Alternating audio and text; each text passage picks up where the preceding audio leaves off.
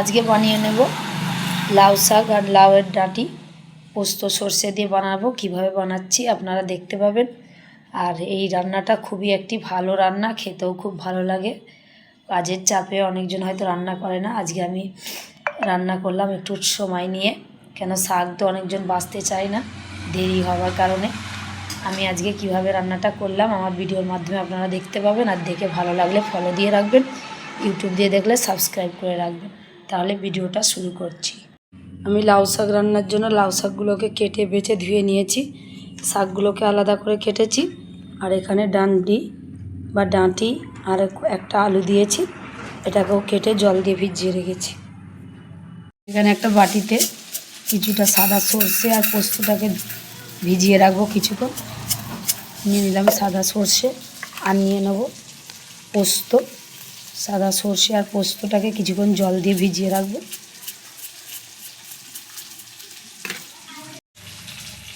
জল দিয়ে দিচ্ছি। এবার একটা কড়াই বসিয়ে দিয়েছি, সিদ্ধ করব বলে একটু জল দিয়ে দেবো। আর দিয়ে দেবো নুন হলুদ, দিয়ে দিচ্ছি অল্প একটু নুন, আর দিয়ে দেবো একটু হলুদ।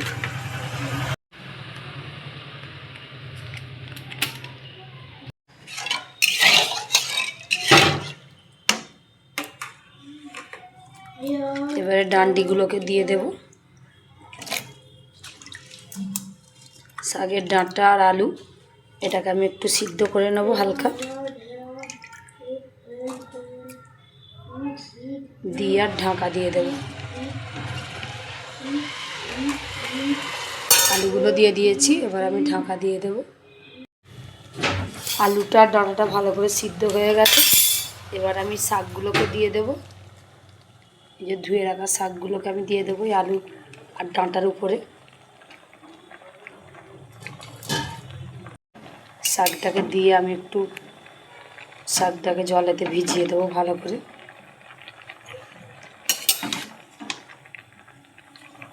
ডাঁটাগুলোকে উপর দিকে করে দেবো, আর শাকটাকে ঢাকা দিলে জল বেরিয়ে যাবে আর সিদ্ধ হবে, কমেও যাবে অনেকটা, তাই ঢাকা দিয়ে দেবো। ঢাকনাটাকে আমি খুলে নিয়েছি, শাকটাও সিদ্ধ হয়ে গেছে।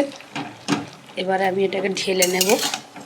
এই যে শাকগুলো সিদ্ধ হয়ে একদম কমে গেছে। শাকটাকে ঢেলে নিয়েছি, আমি ওই কড়াতে একটু তেল দিয়ে দিয়েছি। আবার তেলটা ভালো করে গরম হয়ে গেছে।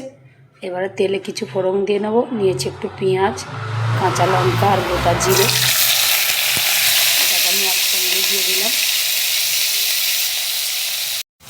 পেঁয়াজটাকে একটু লাল করব।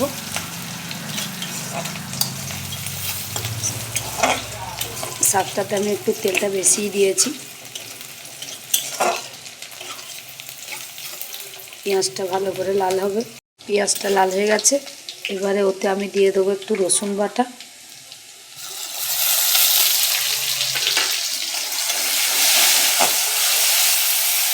রসুনটাকেও একটু লাল করছি। পেঁয়াজ রসুন ভালো করে লাল হয়ে গেছে। এবার আমি সিদ্ধ করে রাখা শাকটাকে ঢেলে দেব।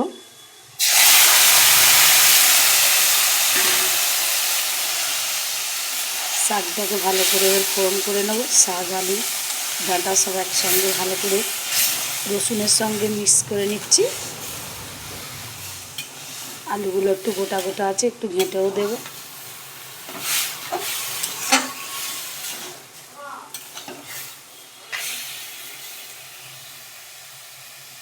শাকটাকে আমি ভালো করে বাগার দিয়ে নিলাম। এবারে এর উপরে দিয়ে দেবো সর্ষে আর পোস্ত বেটে রেখেছিলাম, আমি একটু জল দিয়ে গুলে নিয়েছি, এটাকে পুরো দিয়ে দেবো শাকের উপরে। দিয়ে আরও কিছুক্ষণ ফুটিয়ে নেব আমি।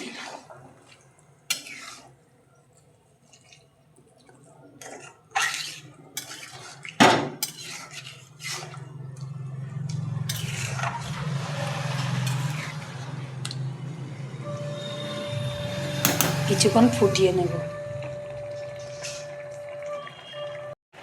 পোস্তটাও ভালো করে ফুটে গেছে, পোস্ত সর্ষেটা শাকের সঙ্গে ভালো করে মিক্স হয়েও গেছে আর অনেকটা ঝোল টেনেও নিয়েছে।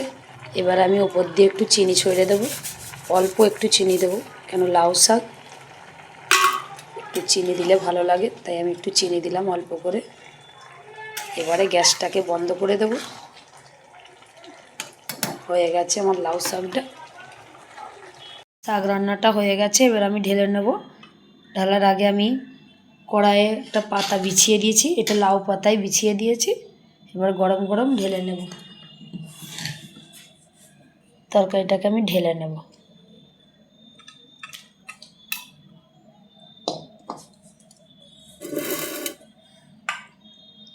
লাউ পাতায় ভালো করে ঢেলে দিলাম।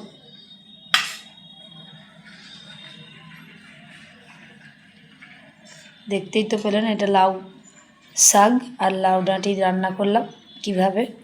আর এই গরম পাতায় ঢেলে নিলাম, কাঁচা পাতার যে ভাবটা এর সঙ্গে উঠবে, খেতে ভালোও লাগবে। গরম গরম ভাত আর এরকমভাবে লাউ শাক রান্না খেতে খুব দারুণ লাগে, তাই আজকে আমিও বানিয়ে নিলাম। আপনারাও বানিয়ে খেয়ে দেখতে পারেন।